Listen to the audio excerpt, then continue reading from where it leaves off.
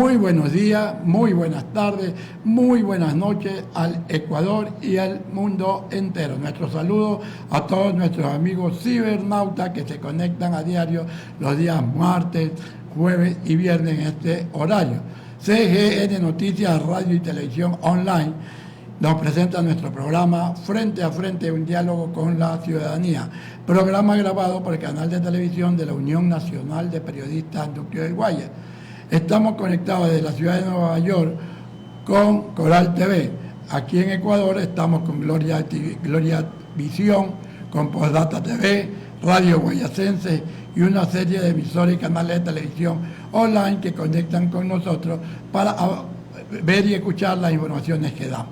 El día de hoy estamos con la presencia de don Jaime Eduardo Jaramillo, miembro del Partido Comunista, donde vamos a hablar sobre el 60 aniversario de la dictadura militar del año 63 al 66. Bienvenido, don Jaime, los micrófonos de Frente a Frente lo escuchan. Muchas gracias por la invitación.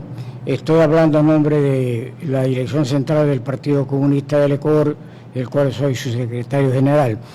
Queremos nosotros hablar esta mañana y esta parte de esta tarde lo que fue la dictadura militar de 1963-1966, que fue una dictadura reaccionaria, antinacional y proimperialista.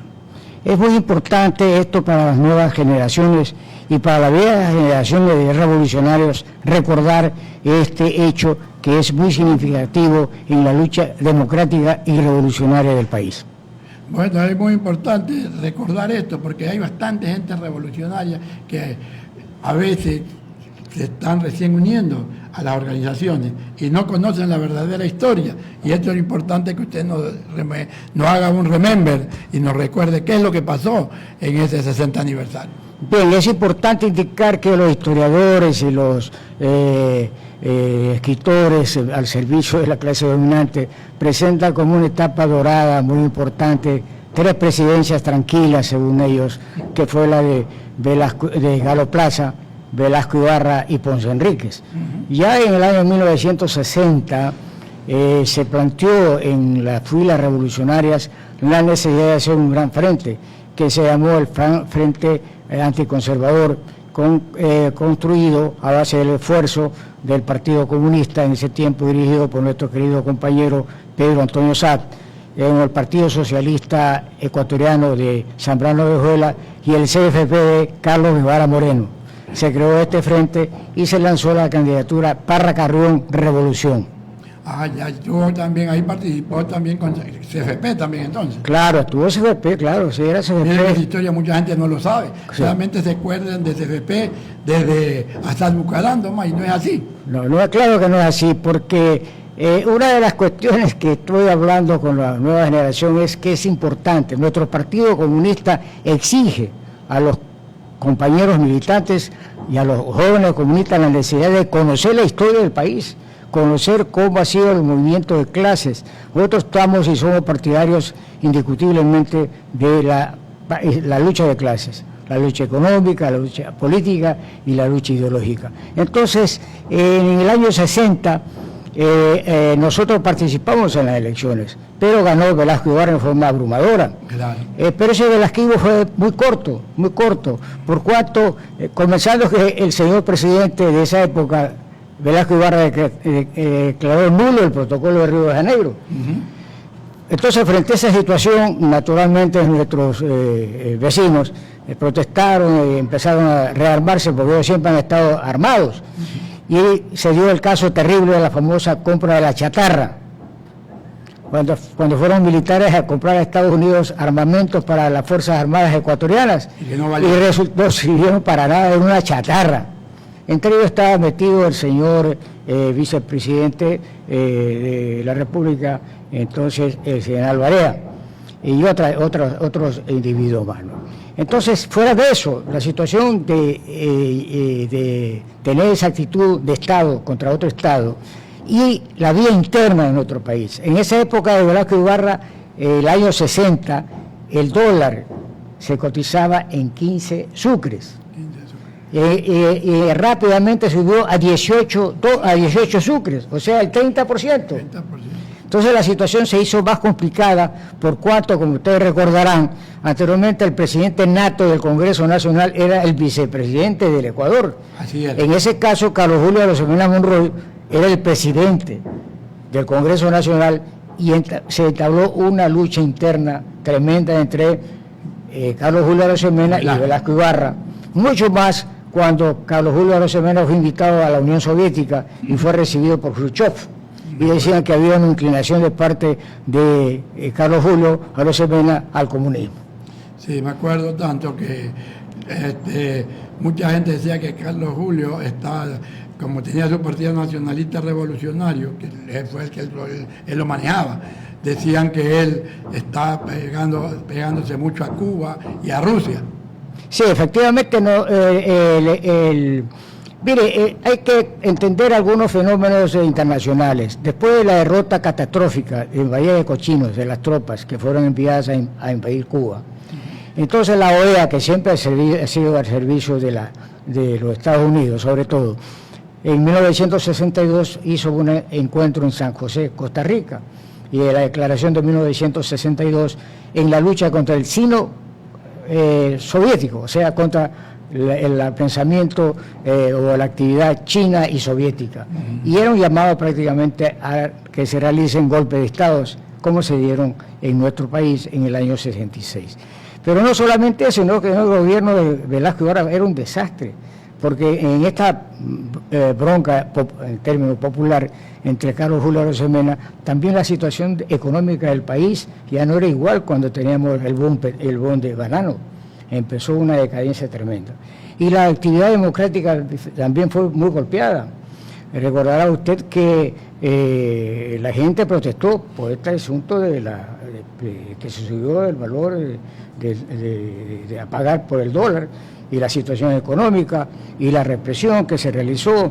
Entre ellas, una de las más recordadas es cuando le decían a la gente: no venga a Cuenca, señor presidente, la situación está complicada. Pero el necio se fue a Cuenca y se produjo en el año 1961 una represión terrible, cual tuvo su repercusión en todo el país y sobre todo aquí en Guayaquil.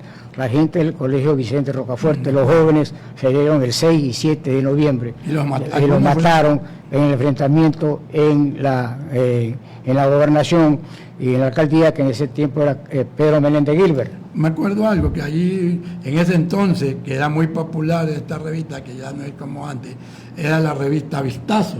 Sacó en la portada a la patria cogiendo a un estudiante vicentino que lo llevaba en brazos acribillado a bala. No murieron en vano ese. No murieron en vano. Sí, efectivamente hubieron 7 muertos. ¿Por qué? Porque Menéndez Gilbert tenía a su jefe de la tropa represiva, que era Chamburo, ¿ya? El famoso Chamburo, que era un matón del barrio norte de Guayaquil, de Los Cerros, que empezó a dar balas y mataron a 7 compañeros. Entonces, el 6 y 7 de noviembre fue una lucha tremenda. A muerte. Entonces llegó un momento determinado en que a tal grado llegó el enfrentamiento que Carlos Julio Arosemena y Reinaldo Varela Donoso terminaron en la cárcel, en el penal García Moreno. Frente a esta situación, el pueblo ecuatoriano realmente empezó desde los años 60 una lucha sindical, los sindicatos, las cooperativas, las mujeres, los jóvenes, los estudiantes universitarios, todo el pueblo a luchar, a exigir realmente cambios que tanto había hablado Velasco Ibarra con su famosa fogosidad y su demagogia. Eso ocasionó pues naturalmente que se levante y Velasco Ibarra pierde el poder. Claro. Y salga de García Moreno, el penal García Moreno, al Palacio de Carondelet, Carlos Julio Arosemena. La gente tuvo mucha buena expectativa, sobre todo por el hecho de que el imperialismo norteamericano, sobre todo Kennedy, planteaba el rompimiento de relaciones con Cuba socialista, cuestión que al principio el gobierno dijo: no, nosotros somos independientes, tendremos amistad con Cuba. Pero al final terminaron las relaciones con Cuba, y entonces también la situación en nuestro país, en las fuerzas de izquierda, todo el mundo soñaba con la revolución. Ya viene la revolución. Para la revolución no es un problema solamente anímico, es un problema organizativo. Claro. fuera de eso, el problema de la revolución es que están dadas las condiciones objetivas de un país determinado, pero las condiciones subjetivas, que es la organización, la conciencia, la capacidad de maniobra y acción y la política de alianzas de los partidos para conquistar el poder, eso no es tan fácil. Claro. Es complicado y difícil. Entonces se penetró dentro de las filas revolucionarias el subjetivismo. La revolución es un problema de acción, es un problema de trabajo. En el caso de nuestro Partido Comunista, el Comité Central del Partido, dirigido por el camarada Pío Sá, resolvió el boicot electoral. El boicot electoral, y el Partido Comunista realmente se preparó. No es como dice alguna gente que nunca ha querido hacer la revolución. No. Sí, muy serio, doy fe de esa cuestión. Nosotros éramos miembros de la Unión de Pioneros, después de la Juventud Comunista, y el partido nos preparó para la lucha de nuevo tipo. Entonces, esta experiencia de los años 63, eso hizo que las Fuerzas Armadas tomen la decisión precisamente de tomarse el poder. Entonces, pero esto fue naturalmente una junta militar, que es una junta de facto. Recordará usted que ellos no tuvieron nunca constitución. Nunca tuvieron, lo que tenían eran leyes, decretos y sobre todo su famosa ley de seguridad nacional. Entonces, con esa ley de seguridad nacional, que era una ley naturalmente fascista, que fue implementada o copiada de la experiencia brasileña y uruguaya. En el año 63 tenemos aquí, por ejemplo, la decisión, de los señores del manifiesto. Aquí está el manifiesto de la Junta Militar. De esa época. De esa época. Las Fuerzas Armadas del Ecuador, intérpretes del sentimiento nacional y fieles a su misión histórica de garantizar la soberanía, la integridad territorial y el orden jurídico de la República, han resuelto asumir la conducción del Estado en las actuales circunstancias que vive el país. El gobierno, presidido por el señor Carlos Julio Arosemena Monroy, ha evidenciado una progresiva incapacidad para mantener el orden interno, asegurar la estabilidad institucional y preservar los valores fundamentales de la nacionalidad ecuatoriana. Ahí declara la Junta Militar los puntos fundamentales. Si me permite usted, mi estimado licenciado, el primero, la cesación inmediata de sus funciones del presidente de la República. Segundo, la asunción del poder por parte de las Fuerzas Armadas, con el propósito de restablecer el orden, garantizar la seguridad interna y externa y organizar la vida institucional del país.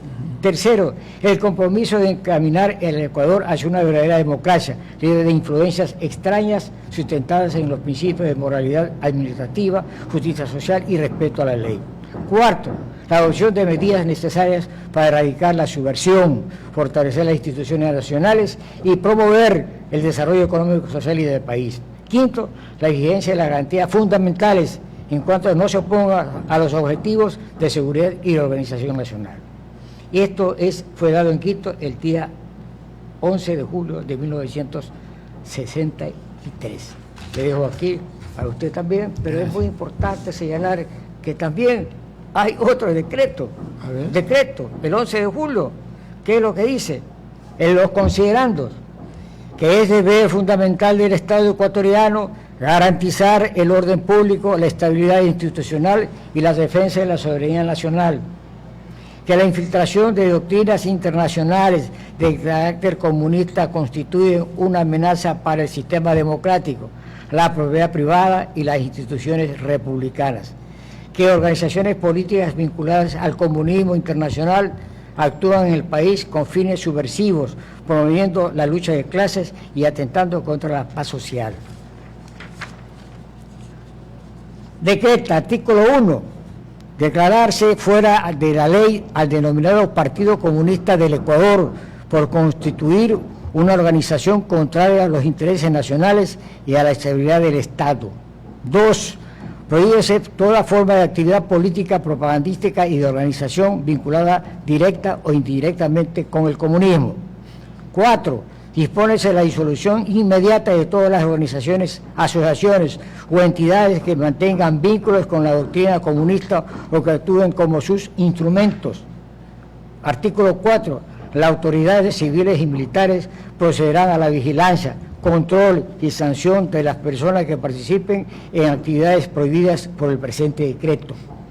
5. El Ministerio de Gobierno y Policía, en coordinación con las Fuerzas Armadas, adoptarán las medidas necesarias para la ejecución del presente decreto. Artículo final. El presente decreto entrará en vigencia desde la fecha de su expedición. Así fue como comenzó la famosa Junta Militar. Esta dictadura que empezó a todo el mundo, sectores de la prensa, periodistas, gente de origen popular, gente a perseguirlos, presos. Les tengo aquí una cuestión que es muy interesante. Aquí está el informe de la Central de Inteligencia, está publicado en internet, porque cada 50 años ellos ponen a orden. Aquí está en inglés el informe sobre los resultados del golpe militar 15 de julio de 1963. Está en inglés, pero es tan fácil ahora traducirlo al español, pero aquí claramente lo dice, ¿no? Que el primer punto, que la Junta Militar ha tomado el 11 de julio, el presidente y vicepresidente Barea están en el exilio. Dos van señalando el asunto de que él ha sido complaciente, el presidente Carlos Julio Semena, complaciente con la actitud del comunismo, que está infiltrado. Fuera de eso, que él han resuelto el arresto al secretario general del Partido Comunista, Pedro Saad. Y aquí ellos dicen que están muy preocupados por la posible aparición de guerrilla, todo eso. Todo eso está aquí. Son materiales que son muy importantes. Bueno. Entonces, tuvimos 3 años de persecución. Claro. Persecución no solo a los comunistas, sino al sindicalismo, todo eso. Progresistas. Progresistas, pero es interesante que también vino el famoso programa del presidente Kennedy, que se llamaba Alianza para el Progreso. Sí, me acuerdo. Alianza para el Progreso, que planteaba una de las cuestiones, que era la reforma agraria, la lucha contra el guasipungo, contra el feudalismo. Entonces viene la inteligencia colectiva de nuestro partido, de las organizaciones de masas, de la CTE, los trabajadores, la FETAL. Si plantean crear las cooperativas, vamos a organizar cooperativas, pero le damos el carácter revolucionario, el carácter de lucha, de combate contra el feudalismo. Pero también hubo la lucha contra una serie de presencias internacionales. Claro, sí, en Tenguel, usted sabe cómo maltrataban y trataban a los trabajadores, e inclusive ya en la dictadura militar a los compañeros del sindicato de Tenguel le hicieron una semana completa en las piscinas. Sí, así era. Y se lo llevaban preso. 150 personas estuvieron presos en las cárceles del Ecuador.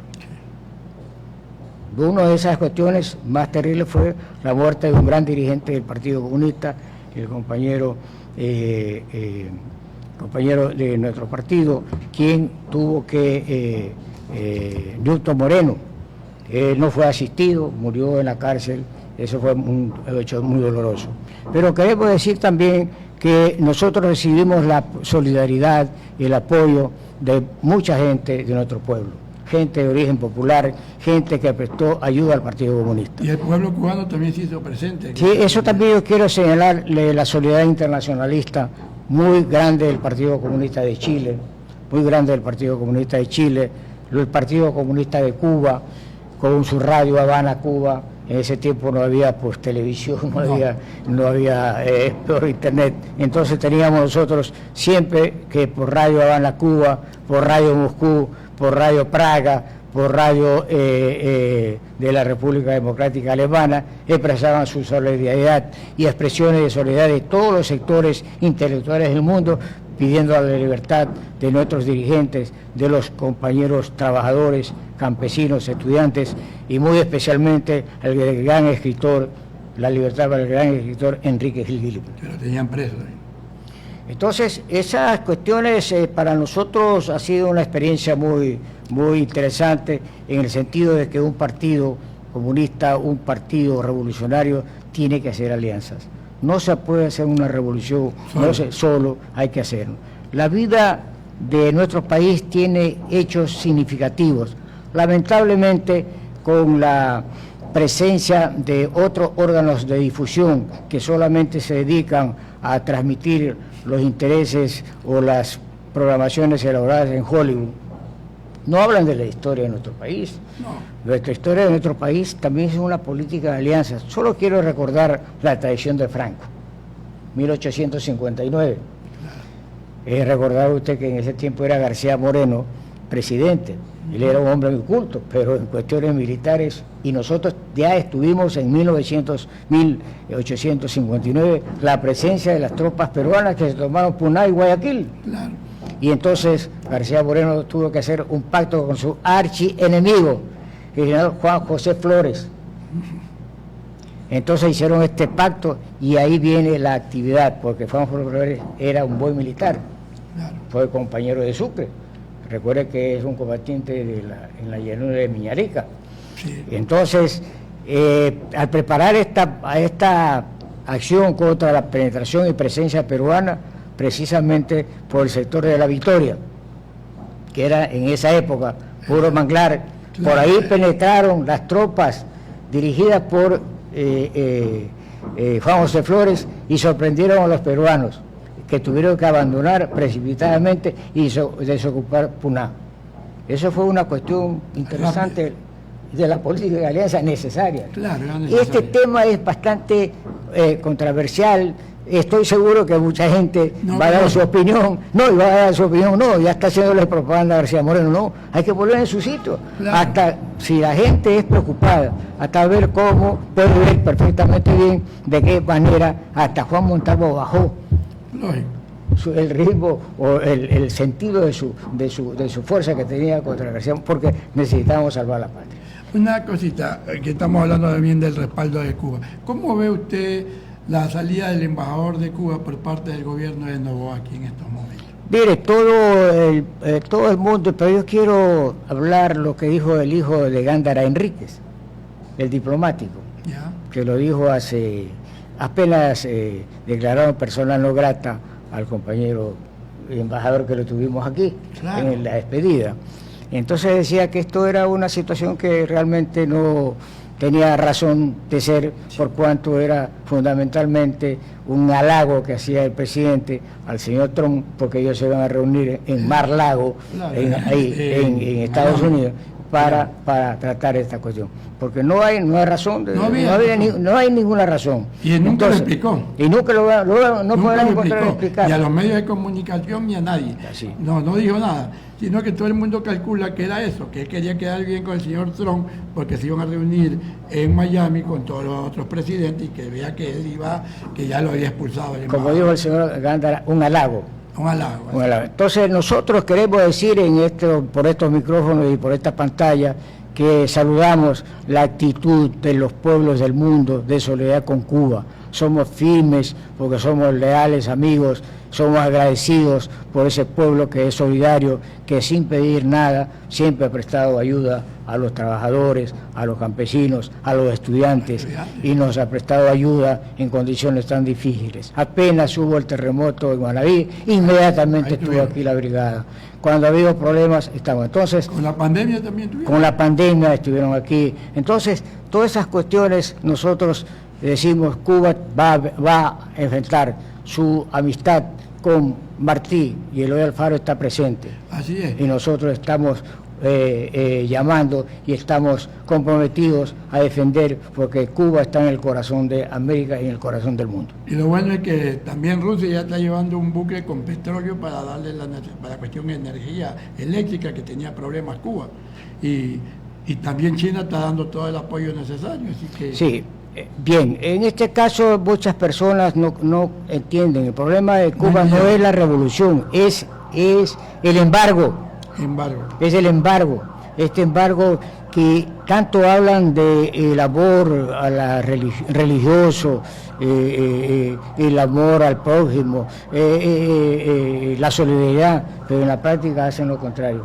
Ese pueblo de Cuba necesita urgentemente medicinas, necesita inmediatamente alimentos, claro, necesita energía, porque en Cuba no hay petróleo, el petróleo es muy pesado, no sirve para... Venezuela le estaba apoyando, pero ya todo estaba calculado para esta cuestión. Claro. Hace un rato hablé con el licenciado Richard Sellán y coincidimos en la necesidad de entender cómo está el mundo en este problema geopolítico.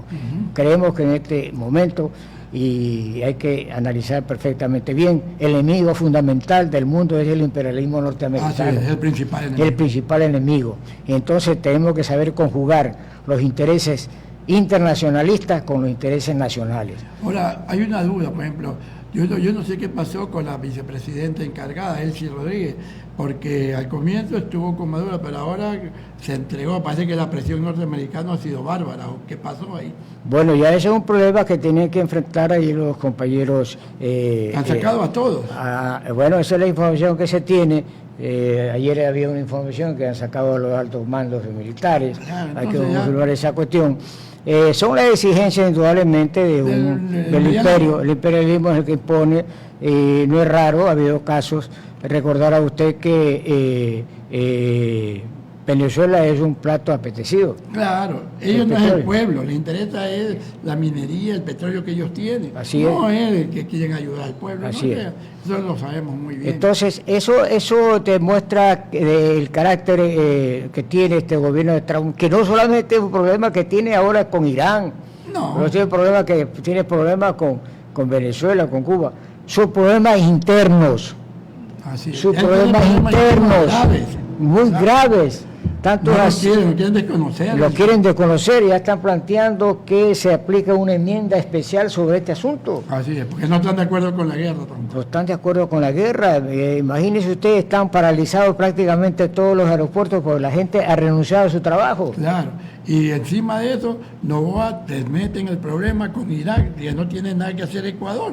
Y ya, mire que Irak ya le contestó al presidente argentino que si ellos van a meterse, ellos van a atacar en cualquier momento. Claro, sí, también Irán está, que es una sociedad pues milenaria, claro, gran aporte a la cultura, todo eso, el arte. Indudablemente, ellos si son atacados de otros países que han prestado su territorio para que sea territorio norteamericano. Así es. Esas bases son ya territorio. Claro. Entonces, si se da de ahí el ataque, ellos tienen derecho a contestar. Claro. Igual es de aquí, por ejemplo, aquí ya están tropas norte. ¿De qué sirvió gastar tanta plata en las consultas populares donde perdió Novoa y vemos que no queríamos que esta condición cambie, que siga la misma? Que la gente por el trabajo por horas, él lo está haciendo. Que los militares norteamericanos la haciendo. Y la minería también. O sea, está burlando de la decisión del pueblo. Sí, en todo el pueblo ecuatoriano, su mayoría, así lo señalan las estadísticas, votó por el no. Claro. Rotundo. 4-0. 4-0, como dice usted, en términos futbolísticos, ¿verdad? Eso demostró de qué manera era impopular su gestión. Inclusive dése cuenta que ya plantearon quiénes eran las candidatas para elaborar la nueva constitución. Usted recordará quiénes eran las candidatas, ¿no? Que estaba haciendo propaganda el propio hijo. Entonces, esa situación hace que nuestro país, necesariamente, nuestras organizaciones, veamos con mucha madurez la salida correcta a la situación nacional y también estar preocupados porque como se está conduciendo el mundo es una situación dura. Sobre el asunto de la minería, es necesario indicar que en Estados Unidos es el lugar donde más se están comprando el oro, porque hay tanta es la preocupación frente al desgaste económico, militar, político y sobre todo en el asunto de los ingresos, que los norteamericanos están guardando oro. La onza de oro debe estar ya más de $5,000. Sí. Entonces, para los narcotraficantes, para los narcoterroristas, más fácil es vender oro que llevar droga, ¿no? Pero es también necesario indicar que el país que más consume droga es precisamente Estados Unidos. Correcto. Entonces, de esa cuestión queríamos nosotros hablar sobre la experiencia de nuestra organización. Aquí yo le traje alguna información que es muy importante, Claro. de la época, ¿no? De esto. Fíjense, una de las cuestiones que es necesario es la famosa Ley de Seguridad Nacional. Claro. La ley de Seguridad Nacional. Aquí tengo un trabajito del maestro Manuel Medina Castro, sobre hace un análisis muy interesante sobre esta cuestión, sobre lo que significa, cuando le habla de que es definiciones de los términos más utilizados de seguridad nacional, y sobre todo este asunto que estaba por encima de cualquier constitución. Gracias. Don Jaime, le damos con las palabras finales Sí. y le agradecemos su participación en este tema muy interesante, que mucha gente a veces hasta se olvida, del 60 aniversario de la dictadura militar del 63 al 66.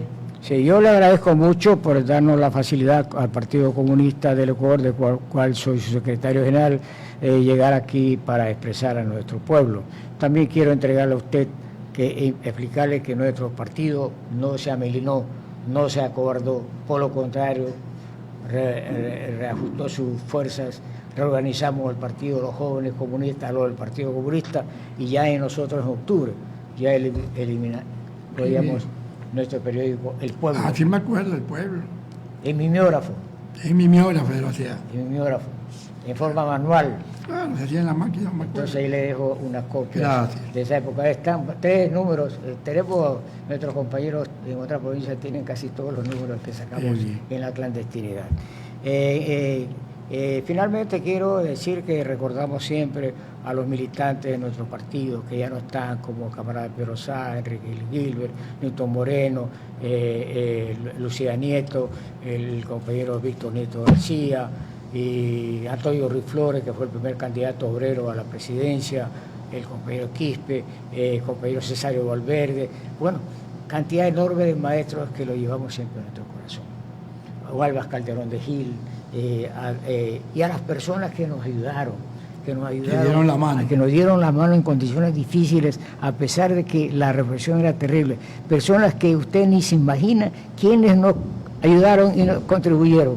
Médicos, No, había gente profesional. profesionales, personas que nos prestaron sus domicilios, Sí. lugares donde Hacer reuniones secretas. Entonces, todas esas cosas nos hacen que sigamos nosotros señalar que todo lo que hagamos será realmente en beneficio del pueblo ecuatoriano. Gracias. Le agradecemos a ustedes. Aquí hay un artículo del compañero Osvaldo Albornoz Peralta, nuestro historiador, Ok, gracias. sobre la caída de la dictadura. Muy Y bien. lo observa usted. Le agradecemos mucho. Gracias, y que no sea ni la primera ni la última vez que nos visite, para cualquier otro tema de gran interés que le interesa a todos nuestros amigos cibernautas. Estuvo con nosotros don Jaime Eduardo Jaramillo, del Partido Comunista, hablando sobre el 60 aniversario de la dictadura militar del 63 al 66. No se la pierden, escúchenlo, que está muy interesante. Hasta una próxima oportunidad.